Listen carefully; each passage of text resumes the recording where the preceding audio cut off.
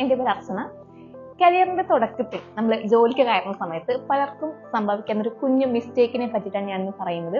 ഒരു മിസ്റ്റേക്ക് അല്ല, പക്ഷെ എല്ലാവർക്കും സംഭവിച്ചു പോകാവുന്ന ഒരു കാര്യമാണ് delegation of authority. Delegation of authority എന്ന് വെച്ചാൽ എന്താണ്?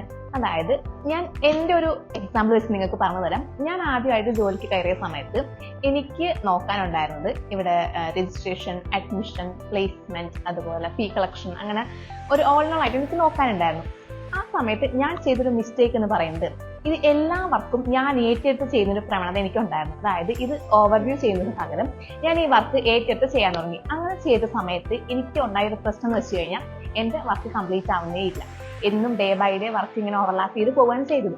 അതിന് പകരം ഞാനിത് കറക്റ്റായിട്ട് ഇവർക്ക് ഗൈഡ് ചെയ്തിട്ട് ഇങ്ങനെയാണ് ചെയ്യേണ്ടതെന്ന് പറഞ്ഞിട്ട് ഞാൻ അത് ഓവർവ്യൂ ചെയ്യാതെ ചെയ്യേണ്ടിരുന്നത്. ഇങ്ങനെ വർക്ക് ഏറ്റെടുത്ത് ചെയ്ത സമയത്ത് എനിക്കുണ്ടായൊരു ബുദ്ധിമുട്ട് ഞാൻ പറഞ്ഞല്ലോ.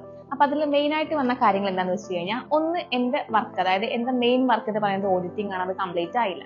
അതായത് എനിക്ക് ഓരോ ഡിപ്പാർട്ട്മെന്റ്സും സെപ്പറേറ്റ് ആയിട്ട് ഓഡിറ്റ് ചെയ്യാൻ സാധിച്ചില്ല. അപ്പൊ അവിടെ എനിക്ക് കുറെ ലാഗ് വന്നു. അതുപോലെ തന്നെ രണ്ടാമത്തെ കാര്യം, എനിക്ക് ഒരുപാട് വർക്ക് ഉള്ളതുപോലെ എനിക്ക് തോന്നി, പക്ഷെ എനിക്ക് അത്രയും വർക്ക് ഉണ്ടായിരുന്നില്ല. പക്ഷെ ഞാൻ എല്ലാ ഡിപ്പാർട്ട്മെന്റ്സിനെയും വർക്ക് ഏറ്റെടുത്ത് ചെയ്ത സമയത്ത് ഒരുപാട് വർക്ക് പെൻഡിങ് ആയിട്ട് വന്നു. തേർഡ് പോയിന്റ്, വർക്ക് എപ്പോഴും സിസ്റ്റമാറ്റിക് ആകുമ്പോഴാണ് നമുക്ക് കറക്റ്റ് ആയിട്ട് ചെയ്തു പോകാൻ പറ്റുന്നത്. പക്ഷെ ഇപ്പൊ ഞാൻ പറഞ്ഞല്ലോ, വർക്ക് ഇങ്ങനെ പെൻഡിങ് വരെ അല്ലെങ്കിൽ ഒരുപാട് വർക്ക് ഉള്ളതുപോലെ നമുക്ക് ഫീൽ ചെയ്യുക ആക്ച്വലി അത്ര വർക്ക് ഇല്ല. അപ്പൊ അങ്ങനെ വരുന്ന സമയത്ത് നമുക്ക് സിസ്റ്റമാറ്റിക് ആയിട്ട് അത് കൊണ്ടുപോകാൻ സാധിക്കില്ല.